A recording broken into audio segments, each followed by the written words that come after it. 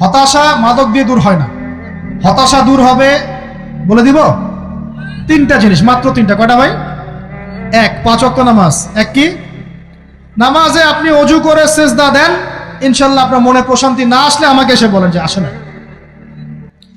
চোখের পানি, মনের আবেগ যা আছে আপনার ভিতরে, কষ্ট, দুঃখ, যন্ত্রণা, সব আল্লাহকে ঢেলে দিবেন ইনশাল্লাহ। নিজের আবেগ ধরে রাখবেন এখানে, আপনি আল্লাহর জন্য ঢেলে দিবেন। মানুষকে আবেগ দেখায় কি লাভ? মানুষ আপনার চোখের পানির মর্ম বুঝবে?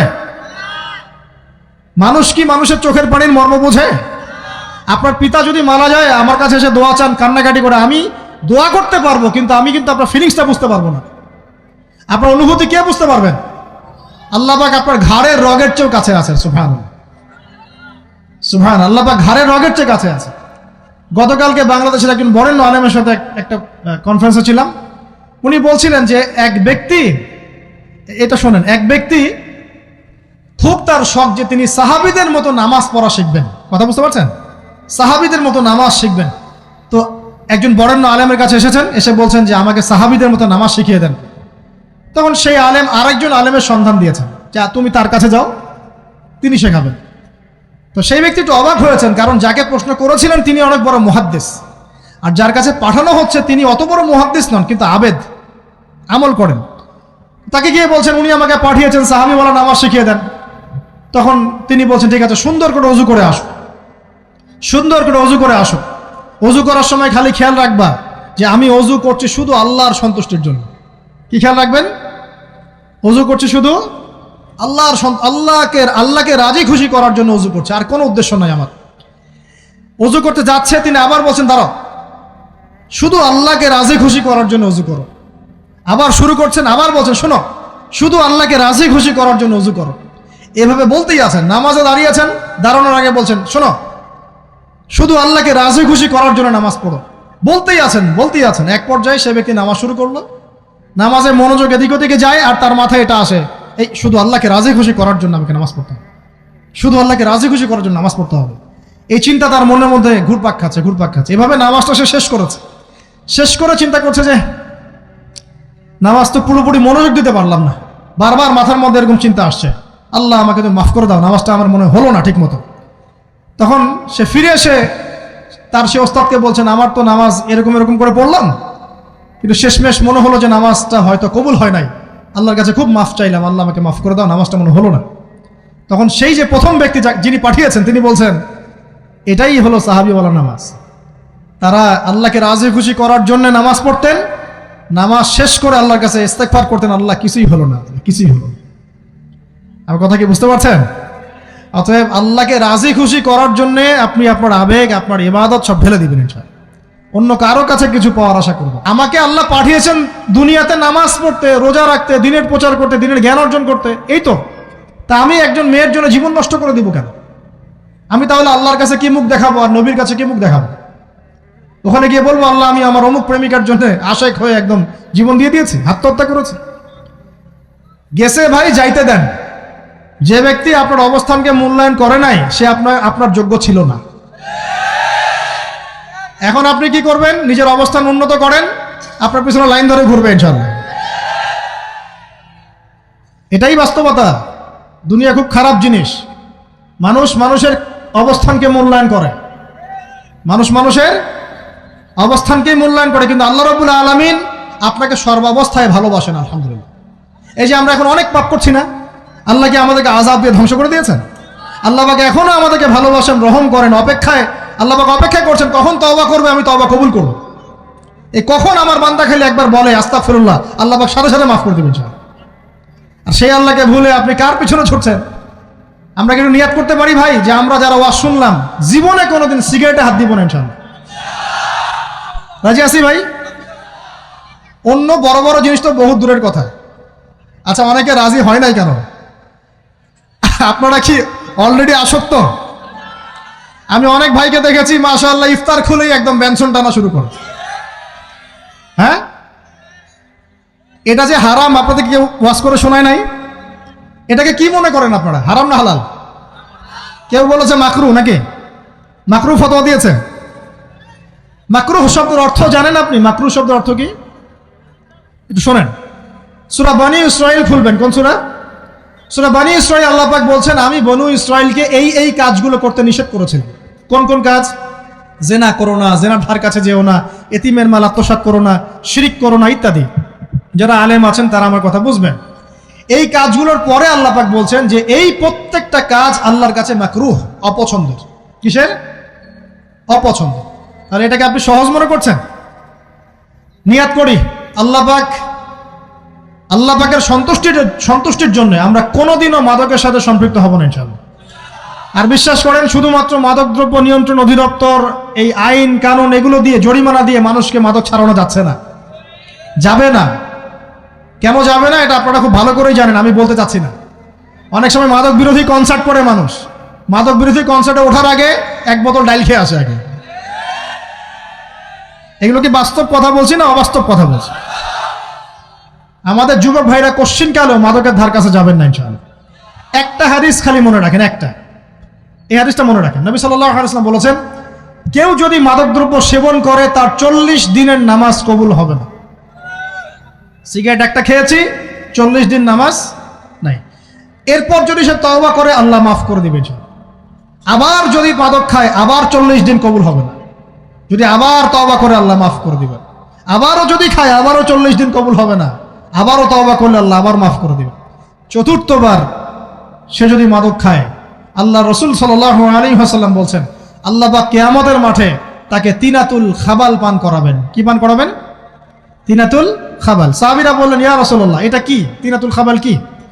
নবী সাল্লাল্লাহু আলাইহি ওয়াসাল্লাম বলছেন, এটা হচ্ছে জাহান্নামীদেরকে আযাব দেওয়ার পর তাদের রক্ত মাংসের যে পুঁজ বের হবে, এই যে ড্রিঙ্কস, জাহান্নামের হার্ড ড্রিঙ্কস, এই ড্রিঙ্কসের নাম হলো তিনাতুল খাবাল। আল্লাহ পাক আমাদের সবাইকে মাদক থেকে বাঁচিয়ে রাখে। আমল হচ্ছে কোরআন তেলাওয়াত। যে ব্যক্তি কোরআন তেলাওয়াত করতে পারে নিয়মিত, তার মনের মধ্যে এই হতাশা, এই ভীরুতা, এই কাপুরুষতা কিচ্ছু আসবে না ইনশাআল্লাহ। আমি গ্যারান্টি দিচ্ছি আপনাকে, হতাশা আসবেই না আপনার মনে যদি আপনি কোরআন বুঝতে পারেন। কোরআনের একটা আয়াত নিয়ে কোনো সময় দেখা যায় 2-3 ঘন্টা সময় পার হয়ে যাচ্ছে, আয়াতটা ছেড়ে সামনে যেতে পারছেন। কোরআনের ভিতরে ঢুকলে আপনি দুনিয়ায় ভুলে যাবেন কি হচ্ছে আশপাশে। আমি এমন অনেক আলেমকে দেখেছি যে একটা বই, পাতলা একটা বই, আরবি বই নিয়ে পড়া শুরু করেছেন, ওই যে ফজরের পরে জোহরের ওয়াক্ত হয়ে যাচ্ছে, বইটাই শেষ করতে পারেননি এখন। বুঝতে পারবেন না, যখন আপনি ইলমের ভিতরে ঢুকে যাবেন, কোরআনের ভিতরে, হাদিসের ভিতরে, আপনার দুনিয়ার খেয়ালই নাই। একজন আলেম, তিনি এক রাত্রে একটা বই লিখেছিলেন, চটি বই, এক রাত্রের মধ্যে। বলা হচ্ছে, তার সম্পর্কে বলা হচ্ছে যে রাতের খাবার তাকে দেয়া হয়েছে, যে আপনি এটা খেয়ে নেন। তো সে খাবারটা পাশেই আছে, খাবারটা খাবো, এটা লিখে খাবারটা খাবো, এরকম তার চিন্তা ছিল। ফজর হয়ে গেছে, বই লেখাও শেষ, খাবার এই অবস্থায় পড়ে আছে, ডুবে গেছেন ভিতরে, খাওয়ার মাথায় তার খেয়াল নাই। এরকম হয়। একজন মনীষী, বিখ্যাত মনীষী, রিয়াদুস সালেহীন কিতাবের রাইটার, সংকলক আল্লামা নববী রাহিমাহুল্লাহ, এরকম সারা রাত চলে গেছে, পাশে 2টা খেজুর, ওই 2টা খেজুর খাওয়ারই সময় পান। হাদিস নিয়ে গবেষণা করতে রাত পার হয়ে গেছে। আমি বলতে চাচ্ছি, যখন ইলমের ভিতরে, কোরআন হাদিসের ভিতরে ঢুকে যাবেন, আপনার দুনিয়ার খেয়াল আপনার চলে যাবে ইনশাআল্লাহ। এই টেনশন, হতাশা, এই সেই বাদ। তখনই আল্লাহ পাক আপনাকে তার পক্ষ থেকে রহমত দিবেন, বরকত দিবেন, আল্লাহ আপনার দুনিয়ার কাজগুলো করে দিবেন ইনশাআল্লাহ। তখন দেখবেন কেউ আপনার দুনিয়ার ওই কাজটা করে দিয়েছে, কেউ ওই কাজটা করে দিয়েছে, কেউ বাসায় খাবার পাঠিয়ে দিয়েছে, আল্লাহ পাকই এগুলো করাই দিবেন ইনশাআল্লাহ। তো প্রিয় ভাইরা, মাদকে যাব না আল্লাহর কাছে আসবো? 2 নাম্বার কোরআন তেলাওয়াত, 3 নাম্বার আল্লাহর জিকির। 3 নাম্বার কি ভাই? আল্লাহর জিকির। চলতে ফিরতে সব সময় মুখ চলতে থাকবে, মুখ না চললেও মনে মনে মন তাজা থাকবে, মনে মনে জিকির হতে থাকবে। মনে মনে জিকির করতে পারেন? মুখ নড়বে না, কিন্তু মনে মনে আপনার একটা জিকির হতে থাকবে, সুবহানাল্লাহ ওয়া আলহামদুলিল্লাহ, লা ইলাহা ইল্লাল্লাহ, আল্লাহু আকবার। পারা যাবে? পারে। মানুষের মন কখনো চুপ করে থাকে না, কিন্তু মানুষের মন অলওয়েজ কিছু না কিছু চিন্তা করতে থাকে না, যতক্ষণ না ঘুমায় মানুষ। তো প্রিয় ভাইরা, বেশি বেশি জিকির করব, সুবহানাল্লাহ, আলহামদুলিল্লাহ, লা ইলাহা ইল্লাল্লাহ, আল্লাহু আকবার, লা হাওলা ওয়ালা কুওয়াতা ইল্লা বিল্লাহ, এগুলো চলতে থাকবে। আল্লাহ পাক তৌফিক দান করুন, আমিন। আমরা আমাদের সমাজে যুবকদেরকে এরকম টিকটকে দেখছি, অনলাইনে আসক্ত দেখছি, জেনায় আসক্ত দেখছি, পর্নোগ্রাফিতে আসক্ত দেখছি। আমরা দেখছি আমাদের যুব সমাজকে মাদকে আসক্ত, কিশোর গ্যাংয়ে আসক্ত। এইগুলো কি আমাদের কাম্য ছিল ভাই? আমাদের কাম্য ছিল? এই অবস্থায় কি যুব সমাজ আল্লাহ পাকের দ্বীনের পতাকা হাতে নিয়ে আল্লাহর জমিনে দিন কায়েম করতে পারবে কিনা একটু আমাকে উত্তর দেন দেখি। এখন এই অবস্থায় পারবে? অতএব অবস্থার উন্নতি করতে হবে কিনা? উন্নতির জন্য রাজি আছে কিনা ইনশাআল্লাহ? আমরা চাই কি আল্লাহ পাকের দিনটা আল্লাহর জমিনে প্রতিষ্ঠা লাভ করুক, আল্লাহর দিন সবার ঘরে ঘরে পৌঁছে যাক, আল্লাহ পাকের দিনের যে সৌন্দর্য সবাই সেটাই, এই সৌরভটা সবাই পাক, আমরা চাই কিনা? সমাজে শান্তি প্রতিষ্ঠা হোক, আবার সেই রাসূলের মতো যুগ চলে আসুক, আমরা চাই কিনা? অতএব আমাদের সবাইকে যৌবনের এই প্রলোভনগুলো থেকে বেরিয়ে এসে আল্লাহ পাকের ইবাদতে আত্মনিয়োগ করতে হবে। আল্লাহ পাক আমাদের সবাইকে তৌফিক দান করুন, বলি আমিন। আমাদের সবাইকে আল্লাহ রাব্বুল আলামিন কুরআন এবং হাদিসের গভীর জ্ঞান অর্জন করার তৌফিক দান করুন, বেশি থেকে বেশি ইবাদত করার তৌফিক দান করুন। আল্লাহ পাক সবাইকে হারাম সমস্ত রিজিক থেকে বাঁচিয়ে রাখুন, জেনা, ব্যভিচার এবং নারীর ফিতনা, মাদক থেকে আল্লাহ বাঁচিয়ে রাখুন। আল্লাহ পাক আমাদের সবাইকে হালাল রিজিক, হালাল সম্পর্ক যথেষ্ট করে দিন। আল্লাহ পাক আমাদের সবাইকে যেন দিনের দাওয়াতের মেহনত করার তৌফিক দান করেন এবং আলেম ওলামার সাথে পরামর্শ করে দিন শেখার এবং বোঝার তৌফিক দান করেন। যুবতী দিনী বোনদের জন্য, এখানে বোনরা আছেন না? আছেন কি না? দিনী বোনরা আছেন? একটা নসিহত দিনী বোনদের জন্য আমি একটা নসিহত করতে চাচ্ছি, একটা নসিহত। আমার এই একটা নসিহত একটু মন দিয়ে শুনুন প্রিয় দিনী বোন। রাসূলুল্লাহ সাল্লাল্লাহু আলাইহি ওয়াসাল্লাম আমাদের দিনী বোনদের জন্য জান্নাতে যাওয়ার একটা ফর্মুলা বলে দিয়েছেন। আমি কি বলবো সেটা? আচ্ছা, রাসূলুল্লাহ সাল্লাল্লাহু আলাইহি ওয়াসাল্লাম বলেছেন আমাদের দিনী বোনেরা, আমাদের মায়েরা, এই নারী জাতি মাত্র 4টা কাজ করলে জান্নাতের যে কোনো দরজা দিয়ে ইচ্ছা প্রবেশ করতে পারবেন। খুশি হন নাই? কয়টা কাজ? মাত্র 4টা। এক, যদি আমাদের দিনী বোনেরা 5 ওয়াক্ত নামাজটা ওয়াক্ত মতো পড়ে, আল্লাহ পাক তৌফিক দান করুন, বলি আমিন। 2 নাম্বার, যদি তারা রমাদান মাসের রোজাটাকে ঠিক মতো আদায় করতে পারে। 1 নাম্বার 5 ওয়াক্ত নামাজ ঠিকঠাক আদায় করা, 2 নাম্বার রমজান মাসে সাওম রাখা, 3 নাম্বার তাদের লজ্জাস্থানের হেফাজত করা, মানে শরঈ পর্দা মেনটেন করা, শরঈ পর্দা মেনটেন করা। এবং আমি বলে দেই, চেহারাটা আপনাদের পর্দার অন্তর্ভুক্ত। এটা নিয়ে অনেক বাকবিতণ্ডা হয় না সমাজে, চেহারা দেখানো যাবে কি যাবে না ইত্যাদি। চেহারা আপনার পর্দার অন্তর্ভুক্ত বিষয়, ফুল স্টপ। এর উপরে ফতোয়া অনেকে অনেকভাবে দিচ্ছে, কিন্তু বরেণ্য উলামায়ে কেরামের কিতাবগুলো ঘাটাঘাটি করেন, তাদের ফতোয়া হচ্ছে চেহারা আপনার পর্দার অন্তর্ভুক্ত বিষয়, চেহারা ঢেকে রাখবেন, আল্লাহ পাক তৌফিক দান করুন। চোখ থাকবে খোলা, ঠিক আছে। 4 নাম্বার, স্বামীর আনুগত্য করতে হবে। স্বামীর আনুগত্য, এই যে আনুগত্য শব্দ শুনলেই মানুষের একটা মানে নেগেটিভ ধারণা তৈরি হতে পারে। স্বামীর আনুগত্য মানে কি আমি তার দাসত্ব করব? আনুগত্য মানে, প্রিয় দিনী বোন, আনুগত্য মানে দাসত্ব নয়। আনুগত্য মানে কোরআন সুন্নাহর যে বিধানগুলো আপনার স্বামী আপনাকে পালন করতে বলবে, আপনি সেগুলো করবেন, আপনি করতে বাধ্য। কিন্তু স্বামী যদি কোরআন সুন্নাহর বাইরে কিছু করতে বলে, সেটা মানতে আপনি বাধ্য নন। স্বামী যদি আপনাকে বলে যে সুদ খাও, এই সুদি এনজিওতে আসো, নাম লেখাও। স্বামী যদি আপনাকে বলে যে আসো বেপর্দায় বাইরে যাই, সাজুগুজু করে বের হও, চলো ঘুরে আসে বেপর্দায়।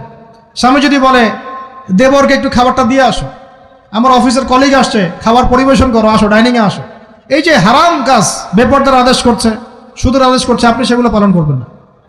কিন্তু হালাল বৈধ যে কোনো বিষয় আপনি স্বামীর আনুগত্য করবেন, এটা আপনার উপর ফরজ। এই 4টা কাজ যদি আপনি করতে পারেন, জান্নাতের যে কোনো দরজা দিয়ে ইচ্ছা আপনি প্রবেশ করতে পারবেন ইনশাআল্লাহ। আল্লাহ পাক আমাদের দিনী বোনদেরকে এই 4টা কাজ করার তৌফিক দান করুন। আমাদের সবাইকে আল্লাহ পাক জান্নাতের জন্য কবুল করুন, বলি আমিন।